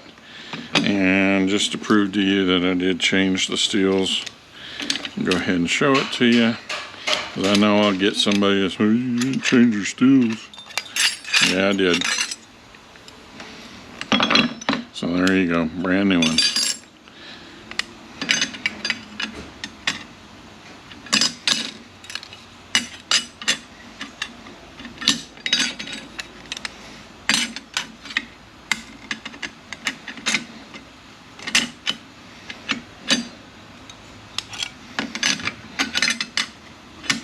There are two different drums, two different steels. This is a 20 tooth. I make a 24 tooth. Things are different for it, obviously, so keep that in mind. Get your drum and spline it onto there, and you'll feel it spline to the shaft. Do not put your nut on there and then try to tighten it down. Go ahead and tap it down till you hear it is down. Then put your washer on, dish down. Make sure we got the right nuts going. You're going to have to lock your input shaft down to get this tightened down properly. You can also put it in park, but you're going to need to lock your input shaft down, because even once you get it in park, this is going to turn. So go ahead and put this back on there. Actually, you can do this without putting it in park, but this is one way to do it. People, I don't know why I get confused when I tell them what to do here. hold your gear. Doesn't matter, you can hold this gear and turn this gear once you tighten this down. If this won't turn, you have a problem right here. You pinched clutch. If you can turn all this right now, with everything tightened up, everything's okay down inside the unit. If when you tighten this drum down, all of a sudden it's all locked up, or you can't grab one gear and turn the other, there's a problem right here. So before you go putting it in the vehicle, and you got to bind up, make damn sure that you can hold one gear, turn the other. Doesn't matter which direction. It's going to be a little bit tougher the other direction, but there you go. All right, 166 foot-pounds on those.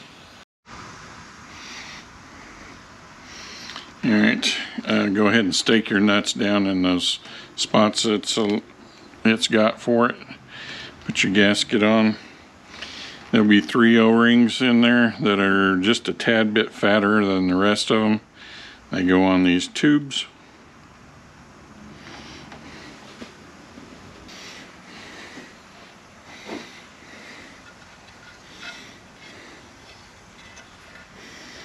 Alright, put your end cover on. You may have to wiggle it a little bit to get all your tubes to line up. Don't just go smacking it on there. You can tap it just lightly. Once you feel the tubes start to line up,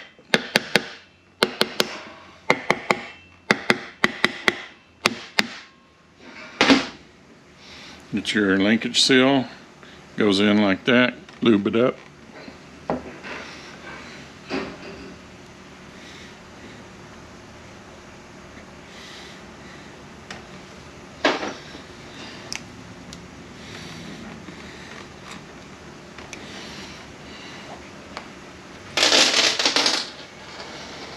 Alright, you have 2 bolts. They're the longest ones. 3-inch 762. They go here and here. You have a bolt like that. It's got a little bracket on it. Your neutral switch wires hook up to that. Inch 395. It goes right over here.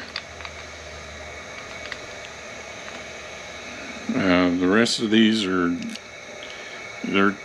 can't screw them up really. Inch 800 are the longer ones. There's a bracket for your wires that come across here that goes right there. So all these tall ones are that. This one I don't think we have a cover that goes here, so there are some models of these that have cover that goes over that. The shorter bolts are 1-inch 385, and they go here. This model I don't think has the bracket that goes here, if I remember correctly.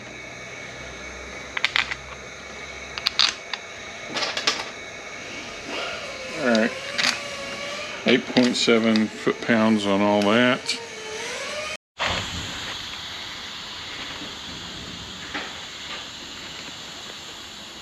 Alright, we're getting pretty low here. May run out of battery before we get done.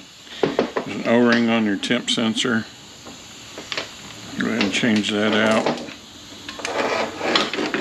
I just leave all this stuff attached. It's a lot easier for me doing it this way. You can do it however you want to.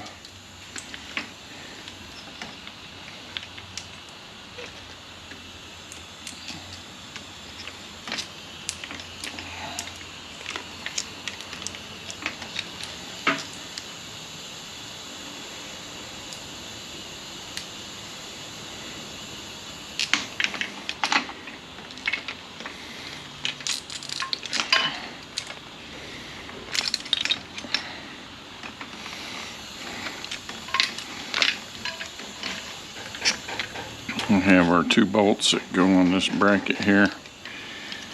There is a ground that goes on right here. I don't know if that's showing up.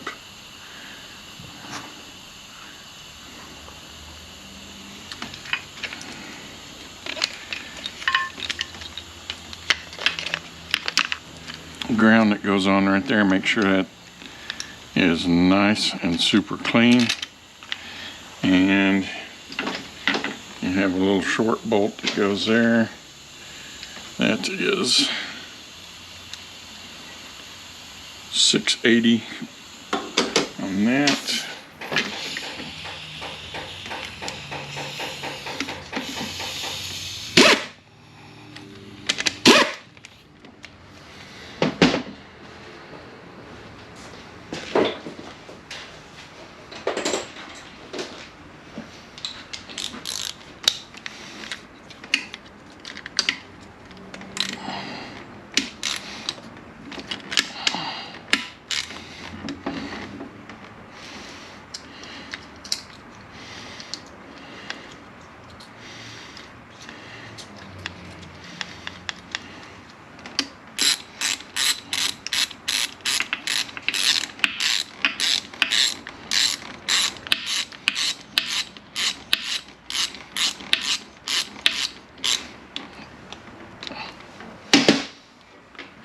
Alright, our sensors, they're different colors for different models, so be sure and mark where yours come out of. If you don't get the new washers, you're going to want to flat file those washers or they will leak.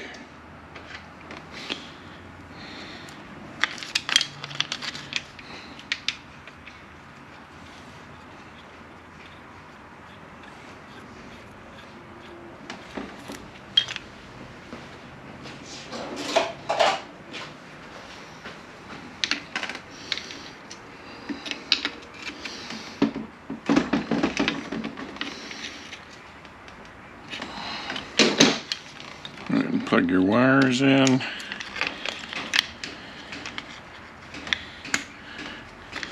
Cover goes there, does not hook into here like some of them do.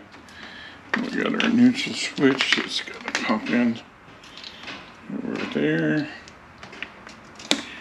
And got to line up our switch here.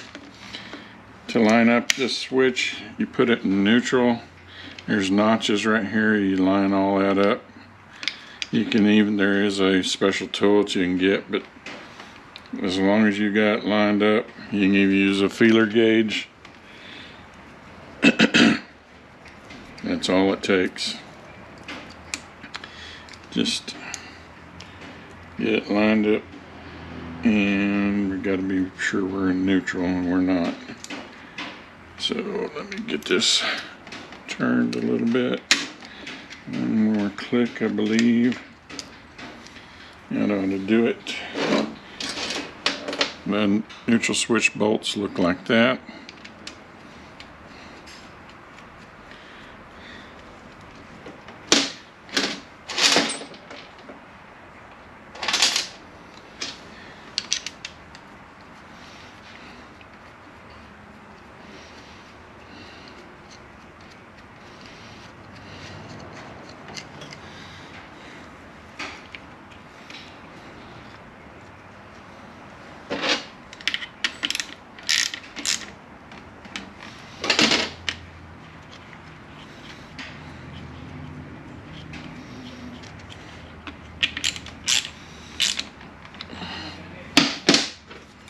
Alright, we have a cover, goes over that. We have this bolt, goes right here.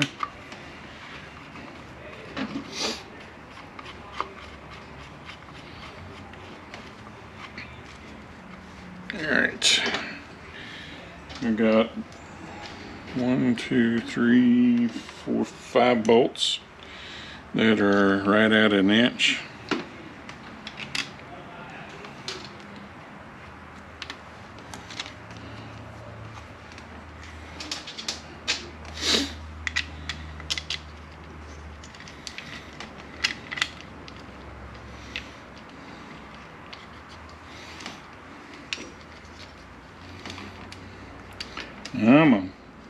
there. Always been a problem.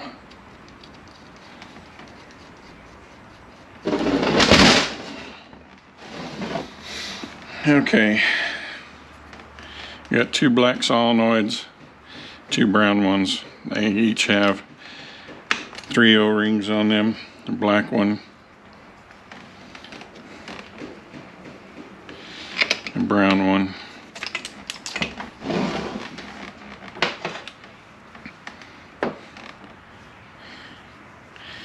black one,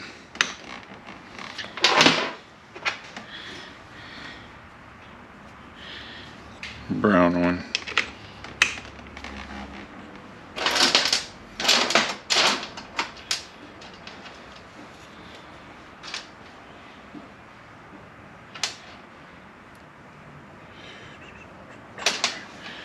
Alright, 4 bolts for that are $8.55.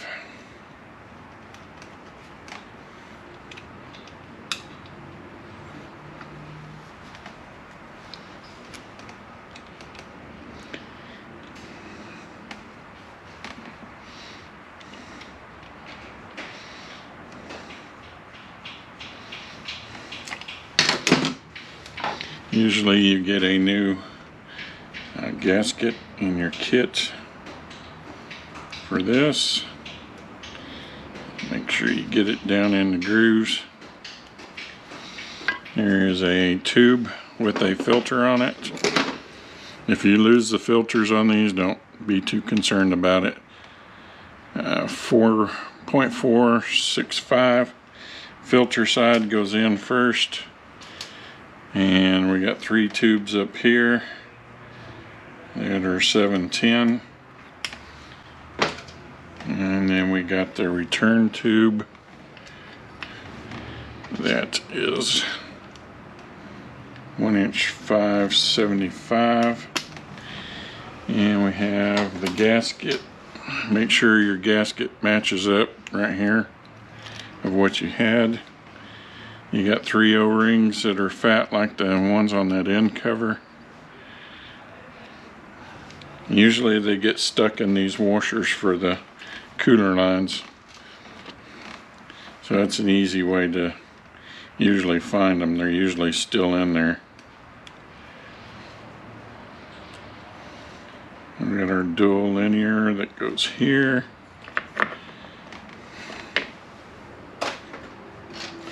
We got 6 bolts that are 1" 210, and this little bracket goes on the corner right here.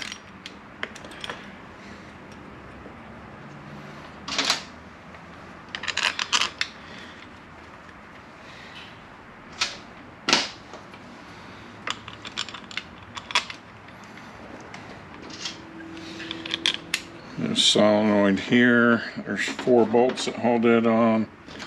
They are right at 1" 1" 10, something like that.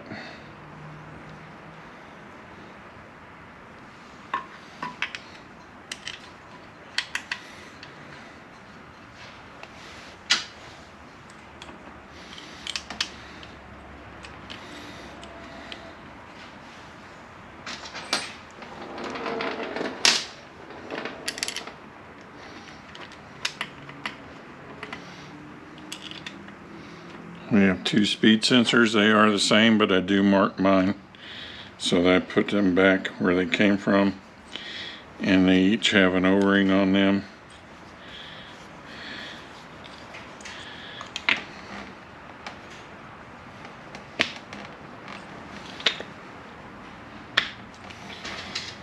Bolts for those are 845 thousandths. We have our dipstick tube, O-ring on it. The bolt for that is 685.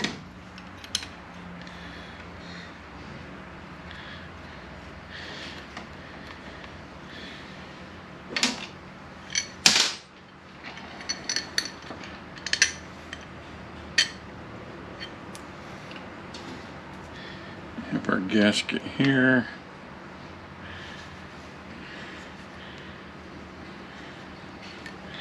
Make sure our dowel pins are in there.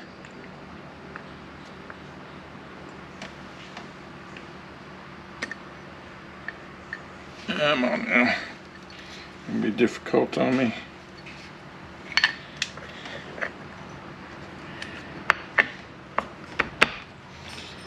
Alright, long bolt, short bolt, short bolt. Over here is our bracket with our two 12s.